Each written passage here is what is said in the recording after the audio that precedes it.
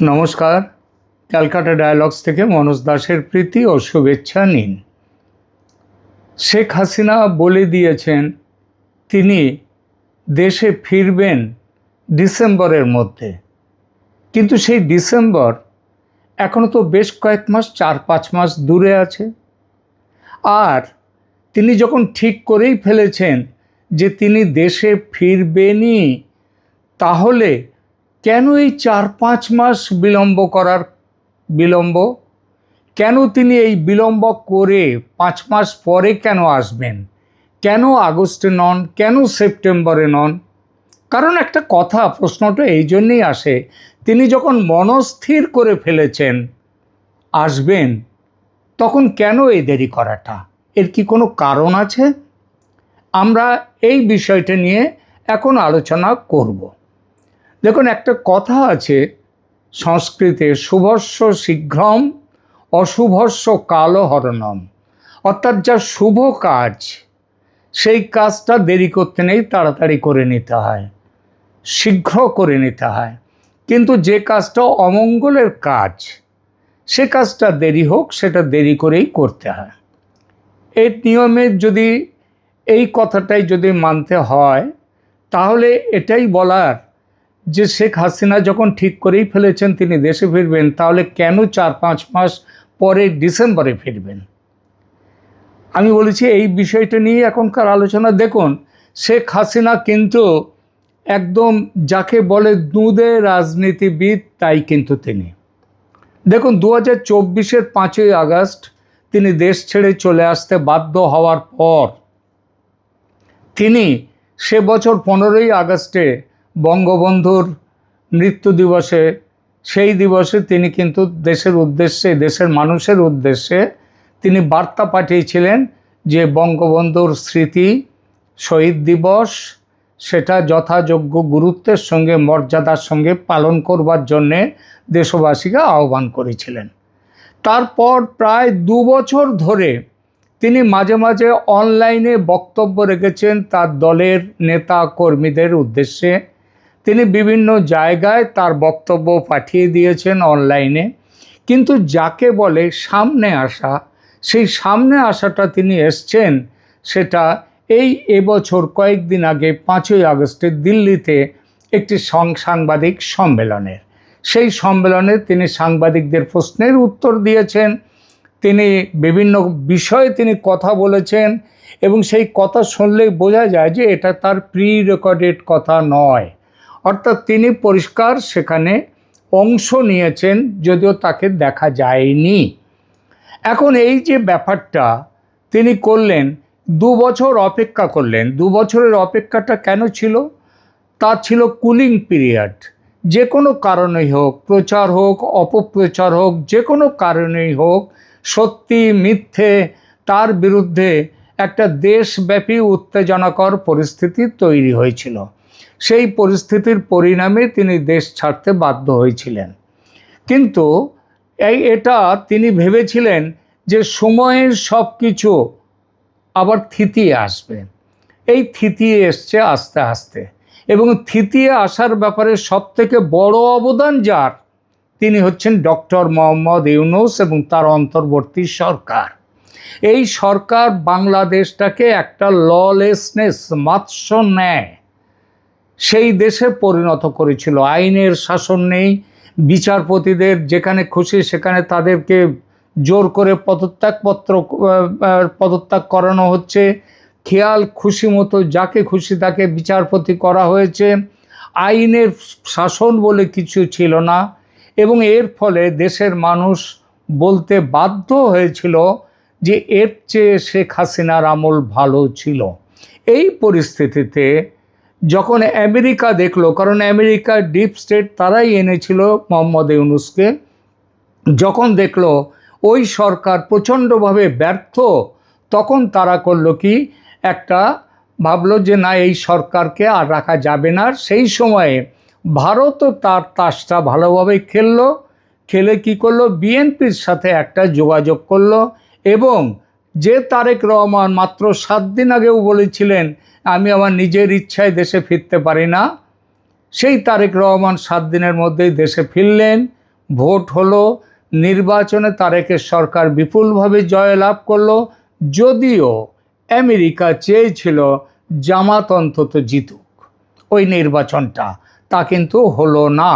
এই যে জয়টা হলো ভারতে, এই বাংলাদেশের তারেক রহমানের, সবাই বলেন এর পেছনে ভারতের ভূমিকা ছিল। ভারতের এই যে ভূমিকা, এর জন্যে ভারতের সাথে একটা একটা চুক্তি, সেটা লিখিত নয়, অলিখিত হলেও সেটা একটা চুক্তি হয়েছিল। চুক্তিটা কি? সেটা হচ্ছে বাংলাদেশে অন্তর্ভুক্তিমূলক নির্বাচন হবে, অর্থাৎ সমস্ত দলকে নিয়ে নির্বাচন হবে, অর্থাৎ আওয়ামী লীগকে বহিষ্কার করে, নিষিদ্ধ করে নির্বাচন হবে না। এইটাই, এই জন্যেই করা হয়েছিল সেই নির্বাচনটা। এই নির্বাচনটা কিন্তু তারপরে দেখা গেল যে বিএনপি তার যে ওয়াদা শর্ত থেকে পিছিয়ে চলে এলো ভারতের সাথে। সেই প্রথম তাদের যে মানসিকতার তফাৎটা শুরু হয়ে গেল। তার আগে অবধি ভারত কিন্তু সত্যিকারেই মানে বিএনপির দিকে বন্ধুত্বের হাত বাড়িয়েছিল। এরপরে বিএনপি আরও চলে গেল চীনের কাছে, এবং চীন এবং পাকিস্তান এবং তুর্কির সাথে আরও বেশি ঘনিষ্ঠতা করলো, এবং এখানেই আমেরিকার সাথে তাদের আর একটা দ্বন্দ্ব হলো, এবং এই দ্বন্দ্বটিকে ভারত সুন্দরভাবে ব্যবহার করে এখন ভারত এবং আমেরিকা বাংলাদেশ নিয়ে একই নৌকার যাত্রী। এখন ভারত যা করবার সেগুলো করছে। এটা কবে থেকে এলো? এই যে কুলিং পিরিয়ডটার শেষ হয়ে গেল, দেখা গেল যে শেখ হাসিনা, তার যে সরকার, সেই সরকার শেখ হাসিনার দেশে ফেরার একটা পশ্চাৎপট, একটা বাস্তব পটভূমি তৈরি হয়ে গেছে। এবং এই তৈরিটা হওয়ার পর এখন কি করলেন, কি দেখলাম আমরা, যে সেটা হচ্ছে সার্জিও গোর, তিনি হচ্ছেন ভারতে মার্কিন রাষ্ট্রদূত, সেই সঙ্গে দক্ষিণ ও মধ্য এশিয়ায় আমেরিকার বিশেষ দূত, এবং এর সঙ্গে আরও একটা বড় পরিচয় আছে তার। সেই পরিচয়টা হলো যে তিনি প্রেসিডেন্ট ট্রাম্পের ঘনিষ্ঠ বৃত্তের একজন মানুষ, এমনকি তার সাথে তার ব্যবসায়িক যোগাযোগও রয়েছে। এমন একটি মানুষ সার্জিও গোর, তিনি ঢাকায় গেলেন 30শে জুলাই 3 দিনের সফরে, এবং সেখানে গিয়ে পরিষ্কার করে ঢাকাকে বলে এলেন যে এখানে এই সরকার এখন তার কি করতে হবে না হবে, শেখ হাসিনার ব্যাপার নিয়ে তিনি সেখানে গিয়েছিলেন। এবং সবথেকে অদ্ভুত কথা হলো, অবাক কথা হলো, তিনি বাংলাদেশে গেলেন সার্জিও গোর, সেখানে গিয়ে যতটা না বাংলাদেশের পররাষ্ট্রমন্ত্রীর সঙ্গে যতক্ষণ না কথা বলেন, 20-22 মিনিট কথা বলেছিলেন, কিন্তু তিনি সেখানে ভারতের যিনি রাষ্ট্রদূত দীনেশ ত্রিবেদী, তার সাথে প্রাতরাশ সারলেন, 1 ঘন্টা 20 মিনিটের ওপর তার সঙ্গে বৈঠক করলেন। এই সমস্ত ব্যাপারগুলো একটা ইঙ্গিত দিচ্ছে। এবং খলিলুর রহমানের সাথে সার্জিও গোরের বৈঠকের পর খলিলুর রহমানের যা শরীরী ভাষা, সেটা বুঝিয়ে দিয়েছিল যে তিনি খুব চাপের মধ্যে আছেন। এরপরে সার্জিও গোর দেখা করেন তারেক রহমানের সঙ্গে, এবং তারেক রহমানের সঙ্গে দেখা করার এই সব কিছুর পেছনে একটাই কারণ ছিল, সেটা হচ্ছে শেখ হাসিনার দেশে প্রত্যাবর্তন। এই প্রত্যাবর্তন নিয়ে সেখানে সমস্ত কথাগুলো তিনি বলে এলেন, এবং সে কথা মেনে নিতে হলো বিএনপি সরকারকে, তারেক রহমানকে, খলিলুর রহমানকে, মুখে যাই বলুন। এরপর আমরা কি দেখলাম, গত 9 তারিখে, গত রবিবার 9 আগস্ট, ভারত থেকে হঠাৎ ভারতের যে আমাদের রিসার্চ অ্যান্ড অ্যানালিসিস উইং, গোয়েন্দা সংস্থা, তার প্রধান পরাগ জৈন, তিনি চলে গেলেন বাংলাদেশে। তার সঙ্গে 4 জন, মতান্তরে আরও আগে পরে আরও কয়েকজন গিয়েছিলেন সেখানে, সর্বমোট নাকি 23 জন সেখানে যান। এবং সেখানে গিয়ে তারা বললেন যে তারা ডিজিএফআই এর আমন্ত্রণে এসছেন। আমি এই ব্যাপারটা নিয়ে আপনাদের কাছে একটি ভিডিও ইতিমধ্যে করেছি। মূল ব্যাপারগুলো কি? মূল ব্যাপারটা হচ্ছে শেখ হাসিনার ফেরা, তিনি কিভাবে ফিরবেন, কিভাবে তাকে বাংলাদেশ অ্যাকসেপ্ট করবে, কিভাবে, কোথায় তিনি থাকবেন, এই সমস্ত কিছু, কে তার হেফাজত নেবে, তার সিকিউরিটির দায়িত্ব কি হবে, এই পুরো ব্যাপারটা ঠিক করবার জন্যে পরাগ জৈন গিয়েছিলেন বাংলাদেশে। এটা আজকাল এই বিষয় নিয়ে আর কোনো রকম প্রশ্নের অবকাশ নেই।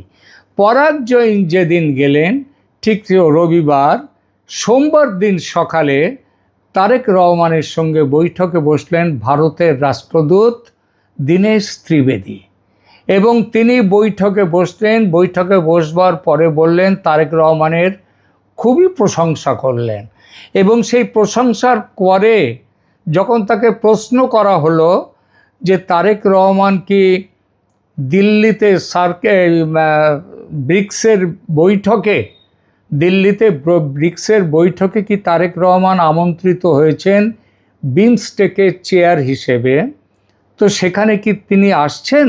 তার উত্তরে দীনেশ ত্রিবেদী বললেন, ওই ধরি মাছ না ছুঁই পানি করে বলে গেলেন। এখন জানা যাচ্ছে দীনেশ ত্রিবেদীর সঙ্গে তারেক রহমানের বৈঠক, তার আগে সার্জিও গোরের সাথে খলিলুর রহমান এবং তারেক রহমানের বৈঠক, পরাগ জৈনের দলবল নিয়ে বাংলাদেশে যাওয়া, এই সব কিছুর মূলে একটি বিষয়, সেটা হচ্ছে শেখ হাসিনার দেশে প্রত্যাবর্তন কিভাবে হবে, কেমনভাবে হবে, তিনি কোথায় থাকবেন, তার কি সিকিউরিটি, এই টোটাল ব্যাপার। এবং এই ব্যাপারে আজকে বোঝা যাচ্ছে যে ভারত এবং আমেরিকা যেটা চায় সেটা স্পষ্ট করে বলে দিয়ে এসছে তারেক রহমান সরকারকে, এবং তারেক রহমান সরকার সেটা মেনে নিয়েছেন। এই অবস্থায় তারেক রহমান এইবার আসবেন, যেটা কথা হচ্ছে, তারেক রহমান শুধু দুটো জিনিসের কথা চাইছেন। একটা হচ্ছে শেখ হাসিনা দেশে যে ফিরবেন, সেই ফেরার ব্যাপারে তাকে সব রকম সহযোগিতা এবং তার নিরাপত্তা সব কিছু নিশ্চিত করবে বাংলাদেশ সরকার। এটা যেমন ঠিক, তেমনি সাথে সাথে তিনি আরেকটা জিনিস তারেক রহমানের আসছে, সেটা হচ্ছে তিনি সবেমাত্র ক্ষমতায় বসেছেন, তাহলে কি তিনি তার পুরো টার্মটা যাতে তিনি চালাতে পারেন 5 বছর, সেই ব্যাপারটার একটা নিশ্চয়তা তিনি চাইছেন ভারতের কাছে। এবং এই ব্যাপারে কথা বলবার জন্যে কয়েকদিনের মধ্যেই, এই আগস্টেই সেপ্টেম্বরের যেটা ব্রিক্স বৈঠক, সেখানে তারেক রহমান আসবেন না, কিন্তু তিনি ভারতে আসবেন নরেন্দ্র মোদীর সঙ্গে 1-to-1 কথা বলার জন্যে সেই ব্রিক্স বৈঠকের আগে। ব্রিক্স বৈঠকে না আসার কারণ কি?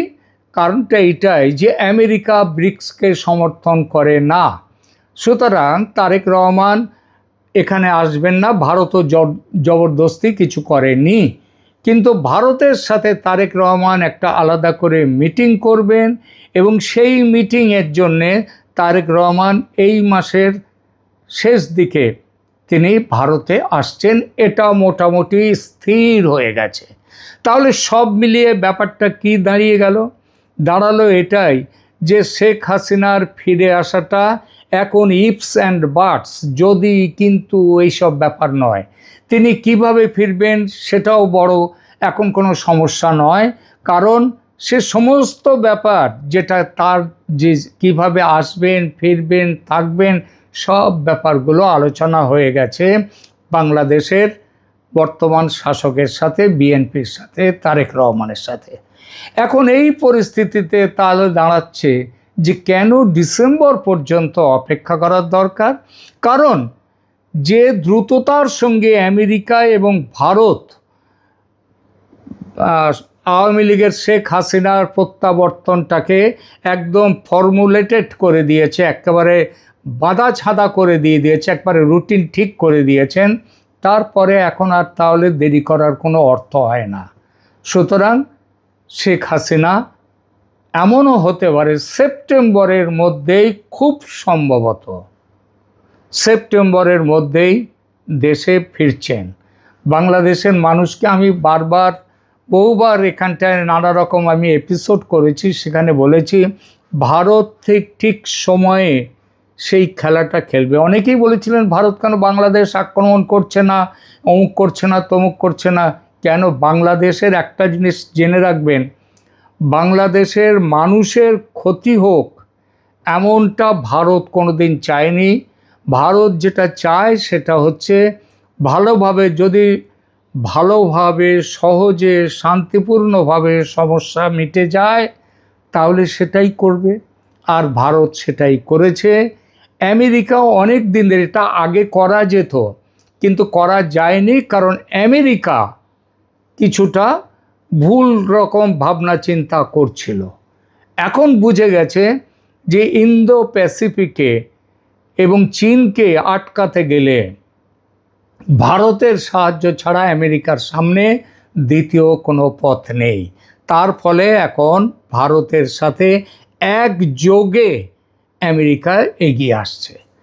তার জন্যেই শেখ হাসিনার ওই যে বললাম শুভস্য শীঘ্রম অশুভস্য কালহরণম, তিনি আর কাল হরণ করবেন না, শীঘ্রই এই সেপ্টেম্বরেই বাংলাদেশে ঢাকায় ফিরবেন, এটা মোটামুটি নিশ্চিত।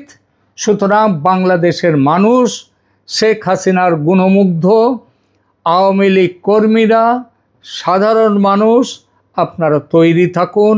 শেখ হাসিনা এই সেপ্টেম্বরেই দেশে ফিরছেন, তাকে গ্র্যান্ড ওয়েলকাম দেওয়ার জন্যে আপনারা প্রস্তুত থাকুন।